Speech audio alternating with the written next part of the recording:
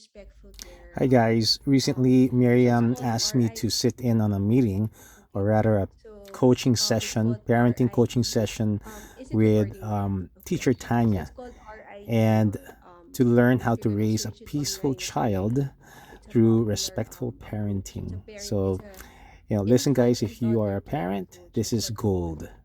Resources Listen for in and infant enjoy. educators. So yes, so let's go into how do you show respect pa to your infant? Say to Zeke, how in how many ways or ano pa bang examples in showing respect to him?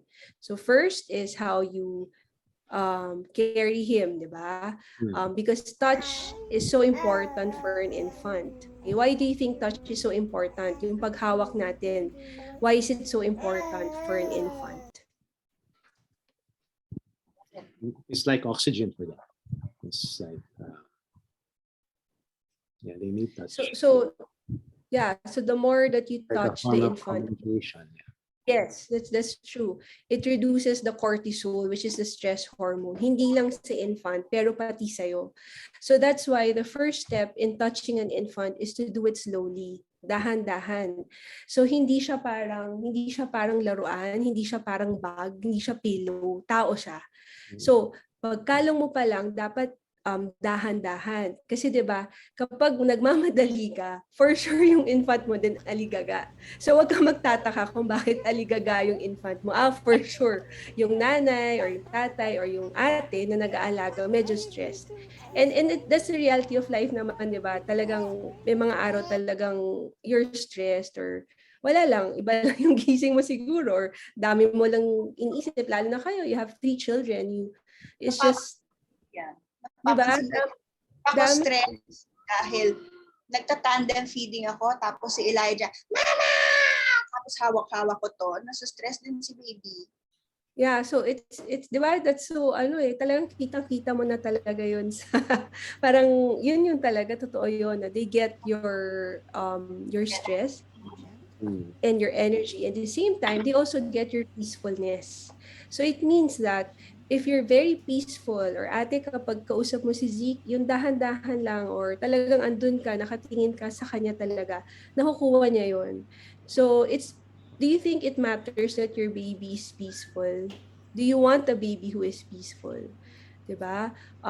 Yung toddler, ibang usapan na yun. Pero pwede rin naman mangyari. I'm sure Elijah would also see that once you model it to him. But having a peaceful child, that's a blessing in itself, diba? So having a peaceful child will mean what? If your baby is peaceful, anong implications nun later on? Parang happy wife, happy life. Happy Oo, child, di ba? happy child, Happy child. Yeah, that's true. No? So a peaceful child will also mean, and we believe this is by research, that a peaceful child will also be a cooperative child. How does it look like if your baby is cooperative? It looks like as if, let's say, as early as 4 months, research will tell you that when you tell a baby, Zeke, pinapalitan na kita ng diaper ha, pwede mo bang ilabas yung kamay mo? Pwede mo bang itaas yung paa mo? And most of the time, they will respond. Most of the time, they will help you. That is cooperation. So marami akong parents nagko-complain, Teach, 6 months na hirap ako magpalit ng diaper. Bakit ka hirap na hirap na diaper? Kasi sanay na sanay kang hindi mo kinakausap yung baby. Tapos, sinisisi mo yung baby na magulo siya. Talaga namang active yun pag 6 months na, di ba? And some parents would find other means to distract the baby. So for example, nagpapalit ako ng diaper, hindi cooperative. So kukuha ko, let's say, ng cellphone. Tapos hindi na nag-work yung cellphone, kukuha siya ng iPad. So ano pa yung next na pwede mong bigay to get the attention of the baby? So ngayon pa lang, Zeke is 2 months, right? 2 months old. Three na. Parang 6 eh. Start early. You have to trust that Zeke will listen to you. When you say that I'm gonna change your diaper now, if he cries a bit, accept it because all emotions are valid naman for an infant, even for a toddler. Kung umiyak siya, okay lang yun. It's his way of expressing. So when he starts crying, you welcome that and you say, That's respectful care. I know you're crying. I know you have a poo-poo. Mama is gonna change you now. Let's wait. Can you wait with mama? We're gonna do this very fast. So if paulit-ulit mong ginagawa yun, sinasabi mo sa kanyang ginagawa mo, he learns how to wait. Now, diaper change is not just about changing the diaper. Hindi siya physical, ano ba? Hindi lang siya physical relationship or para lang mapalitan. There is something more than the diaper change. And if I'm gonna ask you, what does a baby learn from a simple diaper change? If you do it right, if you do it respectfully. So a not respectful way is when you look at the down part. Ano yung down part? Sige, mapalitan ko lang, tapos na. But if you look at the child and you say, oh, I changed my baby respectfully, where are you looking at? Saang part ng body? Mata. Sa mata, sa taas. So some parents would change their diaper, parang may coronavirus yung baby, ang layo-layo, di ba? Kulang na lang, mag-mask ka, tapos nandidiri ka. Kasi syempre mabaho naman talaga, but that's not the point. What is the point of a diaper change? What does a baby learn from you when you change a diaper? That you care to relieve him or her of this discomfort. Yes, so there's immediate care. That's very important. Na security yun. A baby learns to feel secured because he knows na pag basa ako, papalitan ako. That's very good. What else? Ano pa natututunan ng baby pag pinalitan mo siya ng diaper? Kaya naman. Si Yaya. Yes, Yaya. Magpapaalam ka po sa kanya bago siya parte ng diaper. Parang respect na po sa kanya. Okay, so that's how a baby learns communication. Tama si Yaya, nagpapaalam ako and the baby hears words, di ba? Kaya natin sila sinasabi. Kaya natin sinasabi, o papalitan na kita ng diaper para natututo sila ng language development. Okay, so yung baby, hindi mo siya haharapan ng iPad. Oh, turuan na kita ng alphabet, ha? or ito yung iPad, bahala ka na magsalita. So the more words that the baby will hear offline, meaning the brain of a baby is still on the offline stage before 1-year-old. Kung marami kang parang baso na nilalagay na salita at naririnig, most of the time and most probably magsasalita yan by one. Okay, so that's why we change the diaper. Medyo sinasabi nila, ay, pag respectful care, ang daldal. Ang daldal ng mga nanay or ng tatay. Kasi ini-explain mo. Sinasabi mo yung ginagawa mo because you want your baby o yung alaga mo matuto ng salita. Ng tamang salita, which is give and take. That's communication. That's learning and that's listening to the responses. Okay, so we learn about respect through diaper change, natututo siya ng language. What else? What does a baby learn from a simple diaper change? Their security. Daddy Ardy said their security. Alam niya na pagbasa ako, papalitan niya ako. What else? What can a baby learn from a diaper change? Diaper change pa lang tayo, ah. Ang dami pa nito. Cause and effect, consequence. Consequence, yes. How about, nakita nyo na ba si Zeke mag-wait? Have you seen him wait for what's next? Wow, Mommy Miriam, have you seen him wait for what's next? Pag gutom siya, tapos hindi pa ako ready, tahimik siya. Yeah, so that you can also apply to a simple diaper change. Zeke, wait lang kunin ko lang yung diaper mo. And why is it so important for a baby to learn how to wait? Because that's a peaceful child. Yeah, that's a peaceful child. We call, di ba, delayed gratification. There's no sense of di ba? Parang maghintay ka, matuto ka maghintay. Mga bata ngayon, di na marunong maghintay, di ba? Oh, nainip ka, gadget dyan. Oh, ito, di ba? We keep on giving and giving, but they don't learn how it is to be patient. And by a simple diaper change, they learn that. Okay, what else? So there's security, language, natututo siya ng words kasi naririnig ka niyang nagsasalita, There is patience and waiting. What else? Ako dinidescribe ko sa kanya yung digestive system. So the baby learns his body. And that is actually self-respect also sa katawan mo. So that if somebody touches his body na hindi kayo, hindi si Yaya, hindi si mommy or si daddy, alam niya, wait lang, hindi ganito ako hawakan ng mommy at daddy ko ah. And then he knows you are not allowed to touch me. Of course, that's when he grows up. Pero that's self-respect, 'di ba? Sa katawan mo. And when you change a diaper, pwede mo rin sabihin, tama si Mommy Miriam, point to the body parts. And I just don't know what is your hindi ko alam kasi kung paano yung tinatawag yung body parts niya, pero very important na si Yaya. Alam din niya, paano ba natin tatawagin yung body parts niya? Kasi merong ibang mga Yaya pinagtatawanan yung body parts or may sariling tawag, di ba? So yung baby nako-confuse siya. So you have to be clear how you will call his body parts, especially the private parts. And I suggest you call it as it is. Huwag niyo siya i-sugarcoat kasi bakit ba natin siya i-sugarcoat, di ba? So we want to teach them self-respect for their body, then we call it as it is. So there's a really good book. Yeah, there's a really good book out. Ako ay may titi.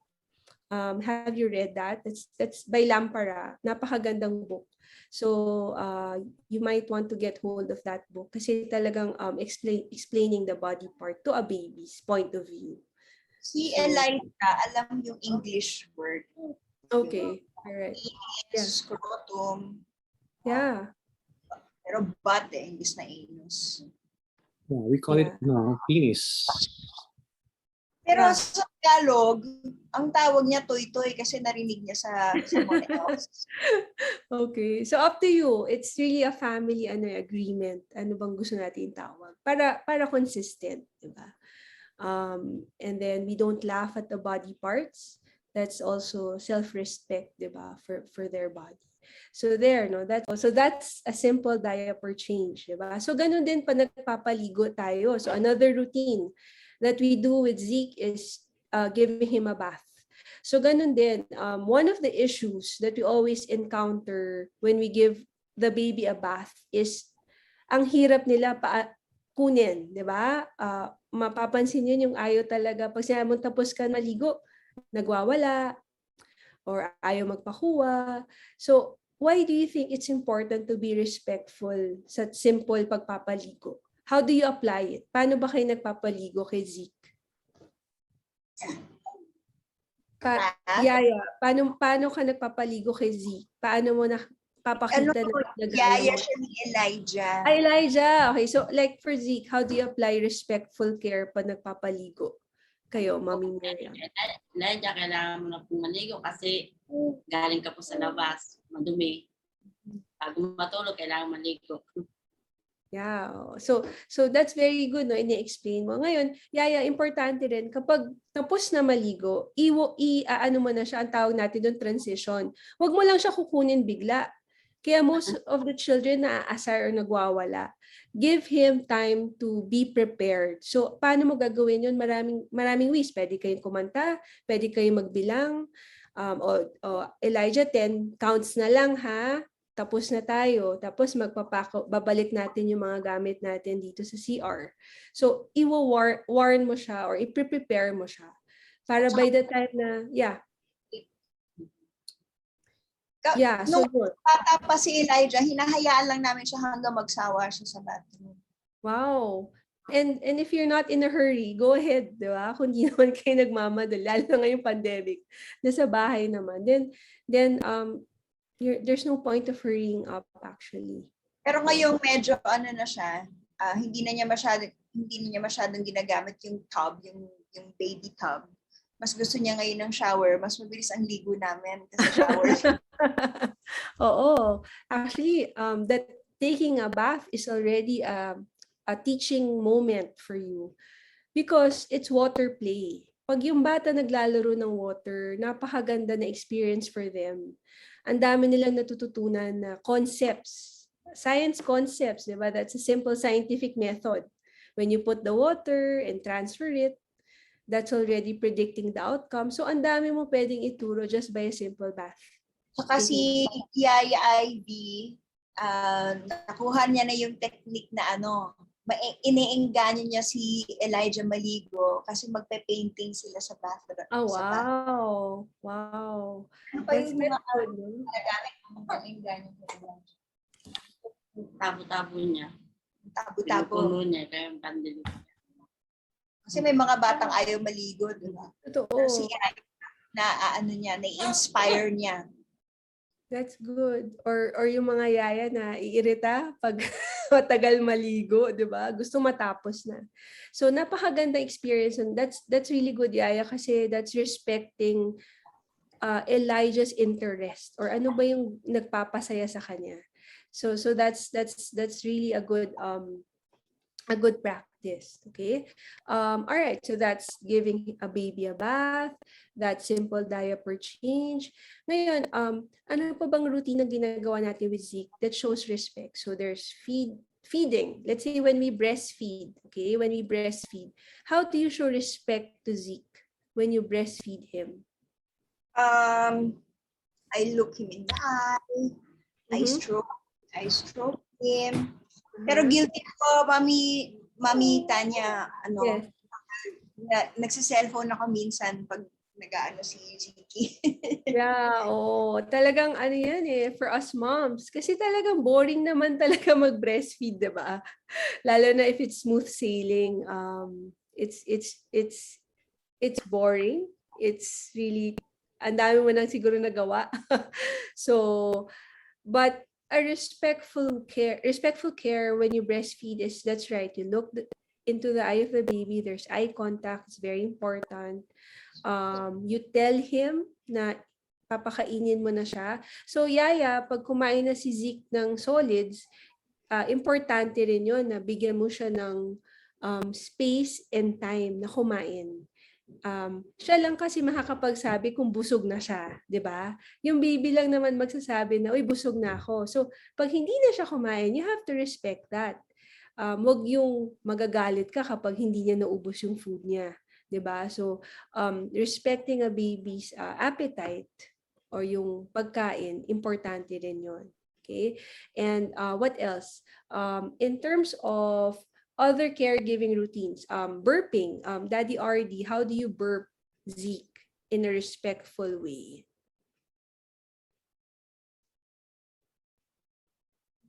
So when it's my turn and Miriam requests me to burp, or I make paalam because I've already been briefed by Miriam and modeled. So I tell him, baby, I'm going to carry you. I'm going to burp you. I'll put you on my, and then I start tapping him, and then, so either sometimes I'll sing to him, or I'll prophesy to him, or pray over him,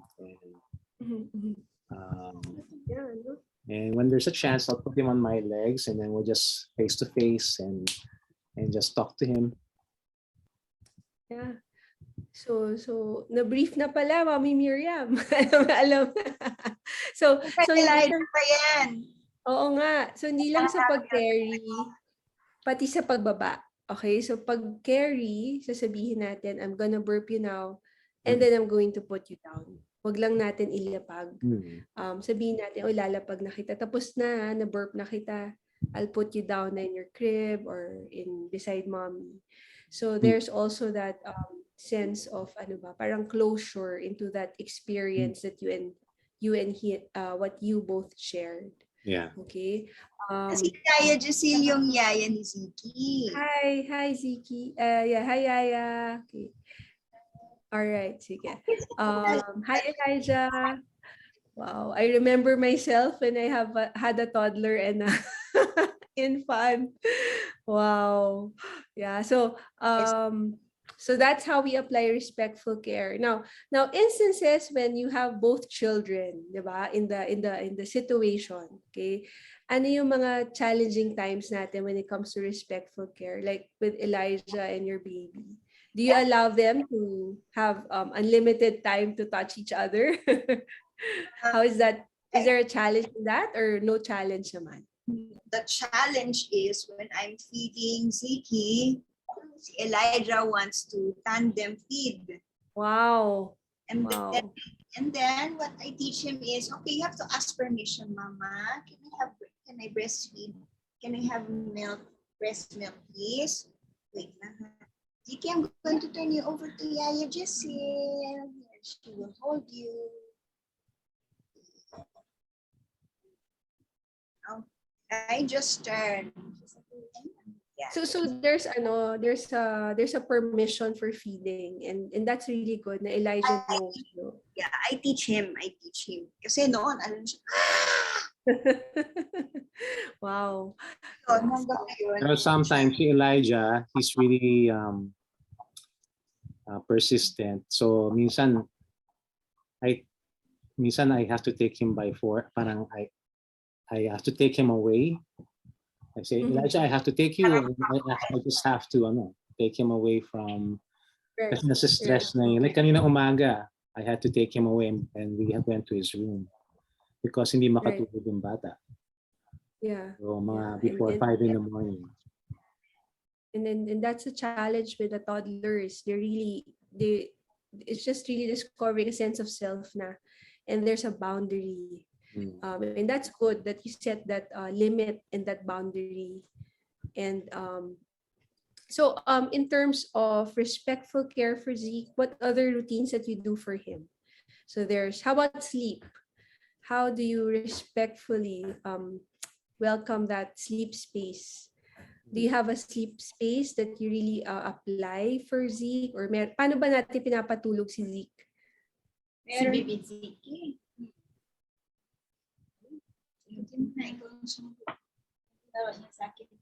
Hindi kwento mo kung anong alam mo.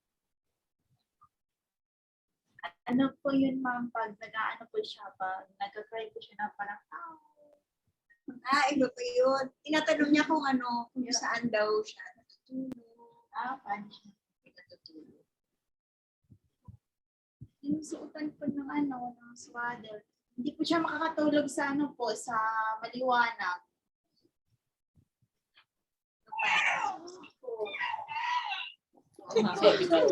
A respectful way o yung paggalang sa sleep cycle ng isang baby is pag nakita mong inaantok na, then patulugin na. Minsan parang pagpaantok na, lalaruin mo pa, di ba? So, sleep time is not playtime, di ba? So, pag ate nakita mo nagkakamot ng mata or yun nga, yung parang humihikab na, it's a signal already na it's time to sleep. So, importante yun na nire-respect natin yung sleep schedule nila. Although pag 2 months or 3 months, hindi pa naman talaga establish yun. So, mostly by 4 months, mas makikita nyo na mas may cycle yung pagtulog niya. So, maganda yun atin na. So, pag nilalapag mo siya, sasabihin mo, inaantok ka na, ire-ready na kita para matulog. Okay? So, kailangan sinasabi mo sa kanya para alam niya. Okay? Kasi ang pagtulog ay isang napapag-aralan paano matulog 'di ba? So hindi siya automatic. So yun. What other routines you have, Mommy Miriam, that you always do with Zeke? So there's diaper change, giving a bath, what else? Feeding, meron pa ba burp? Playtime. Playtime. Okay. So like anong oras yung playtime niya? Pag gising po siya, tsaka pag busog, nasa mood, yan, nagtatamay time. Okay. May mobiles. Mm-hmm. Tapos Okay. sa early morning, tsaka late afternoon, meron silang walk outside time. Okay. So we're talking more of the routines, no? So sabi ng study na ang bata kapag hindi siya tulog or pag hindi siya kumakain, dapat ang ginagawa niya ay naglalaro. Okay? So when the baby is not sleeping or eating or breastfeeding, the baby should be playing. And playing doesn't necessarily mean you are playing with the baby. It also means respecting a baby's own time. So, dapat i-respeto mo rin yung sarili niyang playtime. So, ano ibig sabihin ng sariling playtime ng baby? Yung tahimik lang siya. hinahawakan niya yung kamay niya, or kung meron kayong laruan na hinahawakan niya, kailangan din niya ng alone time. 'Di ba? Lahat naman tayo gusto natin minsan tahimik.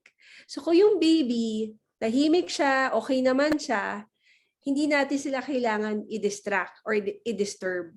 Ang ibig sabihin lang nun ay nagre-rest yung brain nila. So, kailangan ng babies ng tahimik din. Di ba? Minsan yung boses natin sobrang lakas. Siyempre, excited tayo, gising siya, di ba? Pero minsan, pag sobrang lakas or sobrang excited, minsan ano rin siya, hindi rin siya nakakabuti para sa baby.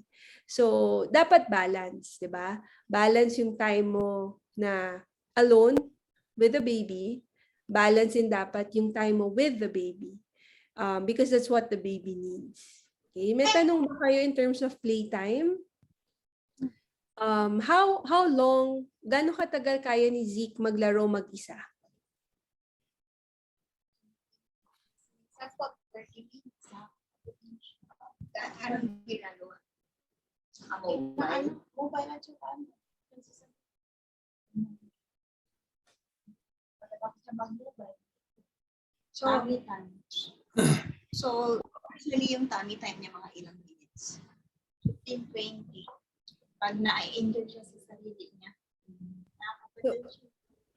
Okay. So he does tummy time. He does tummy